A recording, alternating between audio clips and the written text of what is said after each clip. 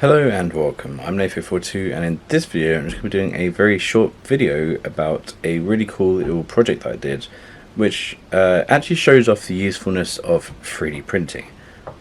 Let's go. Okay, so it's still lockdown, actually still quite bad lockdown, and I had my fiance move in with me the other day. And in the wardrobe we have here, there are tiny little pegs. You can see here, tiny little pegs that hold up shelves inside the wardrobe. These pegs are proprietary little things. They look like this. So there's a tiny little rubber seal on one side, and there's just it is essentially just a little plastic thing that has a stopper in the middle so it doesn't go through to the other side.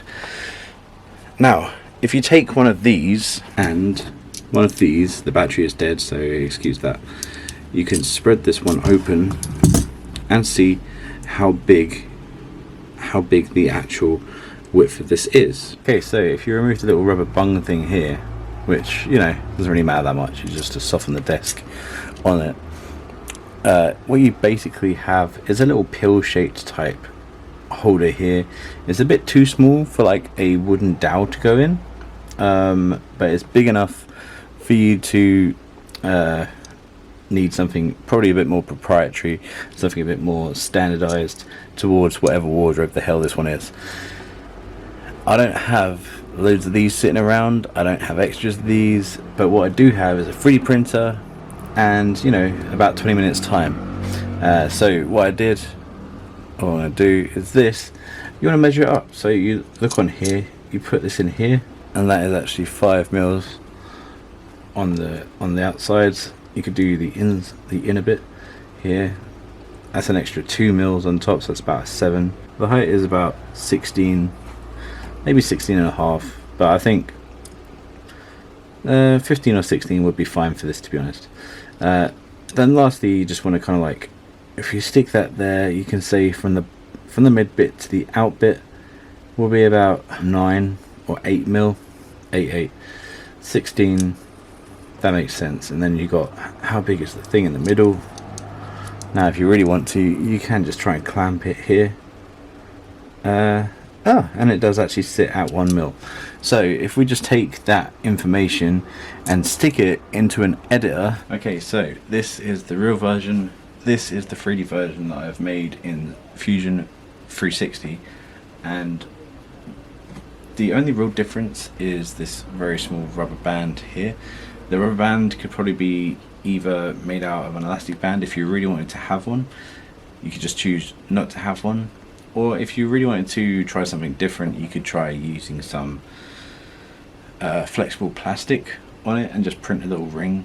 That might work, I don't know.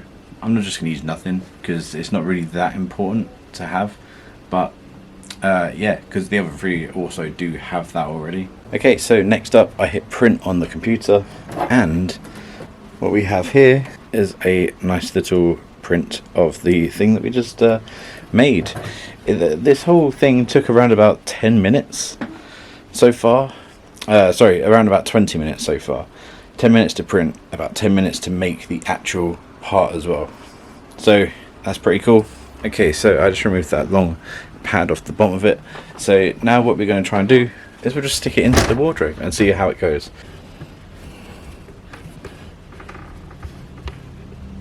Okay, so as you can see just then, it's very tight.